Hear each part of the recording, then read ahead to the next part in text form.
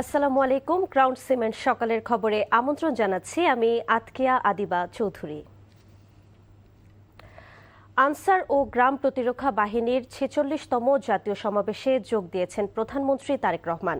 ঢাকা থেকে রওনা হয়ে গাজীপুরের সফিপুরের আনসার একাডেমিতে পৌঁছলে প্রধানমন্ত্রীকে স্বাগত জানান আনসার ও ভিডিপি বাহিনীর মহাপরিচালক, একাডেমির কমান্ড্যান্ট এবং ঊর্ধ্বতন সামরিক ও বেসামরিক কর্মকর্তারা। আনুষ্ঠানিক কুচকাওয়াজ ও সামাল প্রদানের মাধ্যমে প্রধানমন্ত্রীকে সম্মান জানানো হয়। পরে প্রধানমন্ত্রীর সামনে আনসার ও গ্রাম প্রতিরক্ষা বাহিনীর সদস্যরা ভূত্থান মহড়া প্রদর্শন করেন। মাঠ পর্যায়ে দুর্যোগময় মুহূর্তে আনসার ও ভিডিপি সদস্যের যেসব কাজ করে থাকেন সেসবের কিছুটা উঠে আসে মহড়ায়। পরে সদস্যদের সাথে করমর্দন করেন প্রধানমন্ত্রী তারেক রহমান। সেখানে আনসার ও গ্রাম প্রতিরক্ষা বাহিনীর ৪৬তম জাতীয় সমাবেশে বক্তব্য রাখবেন সরকার প্রধান।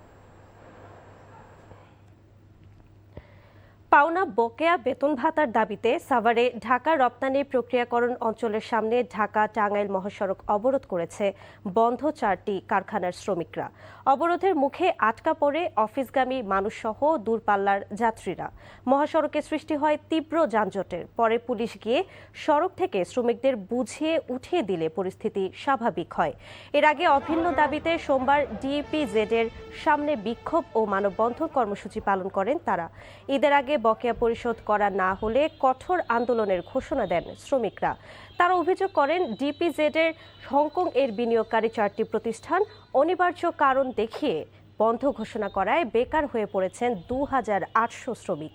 কারখানা বন্ধের ১৫ দিনের মাথায় বেতন ভাতা পরিশোধের নিয়ম থাকলেও দীর্ঘ ৮ মাসেও বকেয়া বেতন ভাতা বুঝে পাননি শ্রমিকরা। ১ ঘণ্টার চেষ্টায় নিয়ন্ত্রণে এসেছে খুলনা মেডিকেল কলেজ হাসপাতালের ৩য় তলায় লাগা আগুন। ফায়ার সার্ভিসের সহকারী পরিচালক মোহাম্মদ মাসুদ সরকার জানান, হাসপাতালের ৩য় তলায় স্টোর, ক্যান্টিন সহ ওটি বিভাগে সকাল ৬টায় আগুন লাগে। তালা ভেঙে আগুন নিয়ন্ত্রণে আনতে ১ ঘণ্টা সময় লেগেছে। তবে রোগীরা নিরাপদে অন্যত্র চলে যেতে পেরেছেন। ফায়ার সার্ভিসের 7টি ইউনিটের চেষ্টায় আগুন নিয়ন্ত্রণে আসে। আগুন নেভানোর সময় একজন ফায়ার সার্ভিস কর্মী আহত হয়েছেন। তবে আগুন লাগার কারণ এখনও জানা যায়নি। হাসপাতালের সহকারী অধ্যাপক ডক্টর দিলীপ কুমার জানিয়েছে, সকাল ৬টায় আগুন লাগলে 2 জন নার্স ও একজন ডাক্তার জানালা দিয়ে লাফ দিতে গিয়ে আহত হন। তারা 3 জনই চিকিৎসাধীন রয়েছেন। উত্তরের জেলা লালমনিরহাটের 4টি উপজেলার মানুষ দীর্ঘদিন ধরে রেল যোগাযোগে ভোগান্তির শিকার হচ্ছে। লালমনিরহাট ঢাকা রুটে আন্তনগর বুড়িমারি এক্সপ্রেস চলাচল করলেও বুড়িমারিতে নেই স্টপেজ। এসব এলাকায় রেলপথের আধুনিকায়ন তো হয়নি, উল্টো বর্তমান লাইনকে সংকুচিত করতে পার্শ্ব লাইন খুলে ফেলার উদ্যোগ নেওয়া হয়েছে। এতে 4 উপজেলার মানুষের মাঝে ক্ষোভ ও উদ্বেগ দেখা দিয়েছে। লালমনিরহাট থেকে হায়দার আলী বাবুর পাঠানো রিপোর্ট। উত্তরাঞ্চলে যোগাযোগের অন্যতম মাধ্যম রেল। এই পথের প্রায় 90 কিলোমিটার অংশ লালমনিরহাট বুড়িমারি রেল লাইন, যার সাথে সরাসরি যুক্ত জেলার আদিতমারি, কালীগঞ্জ, হাতীবান্ধা ও পাটগ্রাম উপজেলার ছোট বড় মিলিয়ে 13টি স্টেশন। আর এসব স্টেশনের কয়েকটি ট্রেন ক্রসিংয়ে রেলপথের বাইরে রয়েছে 2টি করে পার্শ্ব লাইন। সম্প্রতি 4টি স্টেশনের পার্শ্ব লাইন খুলে নেওয়ার অংশ হিসেবে আদিতমারি, ভোটমারি, হাতীবান্ধা ও পাটগ্রাম রেলওয়ে স্টেশনের 1816টি স্টিলের স্লিপার খুলে ফেলার অনুমোদন দেওয়া হয়েছে। এতে স্থানীয়দের মাঝে ক্ষোভের সৃষ্টি হয়েছে। রেল লাইনটা তুলে নেওয়ার জন্য ওদের যে খেলাসি আছে এটা তুলে নিয়ে যাবে, আমি বাধা দিয়েছি। রেল ক্রসিং করার সময় আমাদের আরও ট্রেনের প্রয়োজন, কারণ এখানকার মানুষের অনেক কষ্ট হয়। আন্তনগর ট্রেন কোনো দাঁড়ানোর কোনো সুবিধা থাকবে না, কোচিংয়ের কোনো সুবিধা থাকবে না। বুড়িমারি এক্সপ্রেস না দেওয়ার অন্যতম একটা তাল বাহানায় এই যে 3 নম্বর রেল লাইন তুলে না। তবে কর্তৃপক্ষের দাবি, ব্যবহার না হওয়ায় স্লিপারগুলো নষ্টের হাত থেকে রক্ষা করতে এই উদ্যোগ। আমরা লাইন বন্ধ করতেছি না, জাস্ট স্লিপারটা নষ্ট হয়ে যাচ্ছে, তাই স্লিপারটা এনে ব্যবহার করতেছি। আবার যখন চালু হবে তখন আমরা স্লিপার আবার নতুনভাবে সংগ্রহ করে সেই সাইডিং লাইনগুলো আমরা ফিট দেব। জেলার 4 উপজেলার মানুষ এখনও আন্তনগর রেল সেবার সুবিধা বঞ্চিত। এই অবস্থায় রেলপথটিকে কৌশলে আরও অকেজো করার উদ্যোগ মেনে নিতে পারছেন না লালমনিরহাটবাসী। NTV news desk. এই মুহূর্তে গাজীপুর আনসার সমাবেশে কথা বলছেন প্রধানমন্ত্রী তারেক রহমান। সরাসরি চলে যাচ্ছে সেখানে। জনসচেতনতা বৃদ্ধির কাজ করছে। একইভাবে নগর এলাকায় টিডিপি সদস্যরা শহরে নিরাপত্তা জোরদারে কার্যকর ভূমিকা রাখছেন। ফলে বাহিনীটি কেবল নিরাপত্তা রক্ষা নয়, বরং একই সাথে সামাজিক পরিবর্তনেও গুরুত্বপূর্ণ মাধ্যম হিসাবে নিজেদেরকে প্রতিষ্ঠিত করেছেন।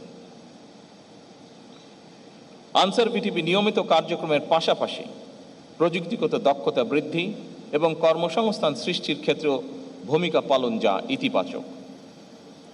সঞ্জীবন প্রকল্পের মাধ্যমে গ্রামভিত্তিক উদ্যোক্তা সৃষ্টি, আনসার ভিটিপি উন্নয়ন ব্যাংক এবং ওয়েলফেয়ার ট্রাস্টের মাধ্যমে জামানতবিহীন ঋণ সহায়তা প্রদান এবং কারিগরি ও ফ্রিল্যান্সিং প্রশিক্ষণের মাধ্যমে কর্মসংস্থানের সুযোগ ঘটছে।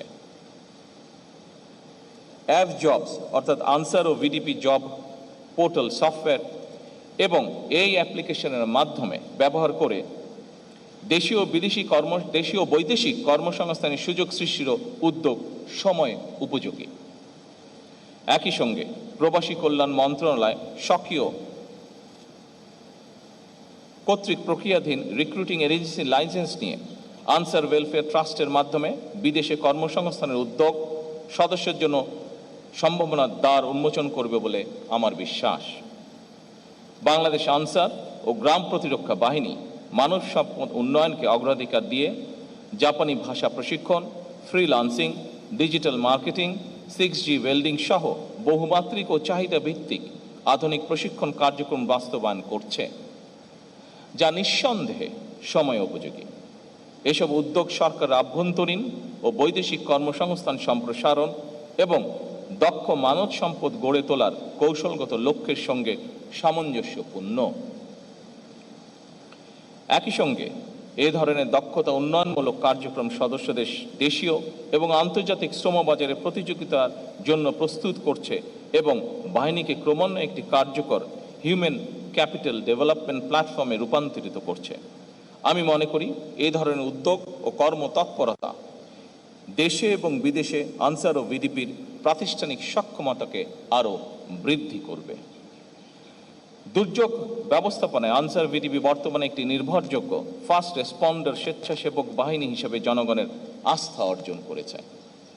3 বার চ্যাম্পিয়ন হওয়ার স্বীকৃতি স্বরূপ বাংলাদেশ আনসার ও গ্রাম প্রতিরক্ষা বাহিনী 2004 সালে স্বাধীনতা পদক অর্জন করে। দেখছিলাম প্রধানমন্ত্রীর বক্তব্যের অংশবিশেষ। সকালের খবর এইটুকুই। এই খবরের ভিডিও সহ আপডেট জানতে ভিজিট করুন NTV অনলাইন www.ntvbd.com। এছাড়াও NTVর জনপ্রিয় সব অনুষ্ঠান ও খবরের আপডেট জানতে ভিজিট করুন আমাদের ইউটিউব ও ভেরিফাইড ফেসবুক পেজ। 12টায় মধ্যাহ্নের খবর দেখার আমন্ত্রণ রইল। ধন্যবাদ সবাইকে।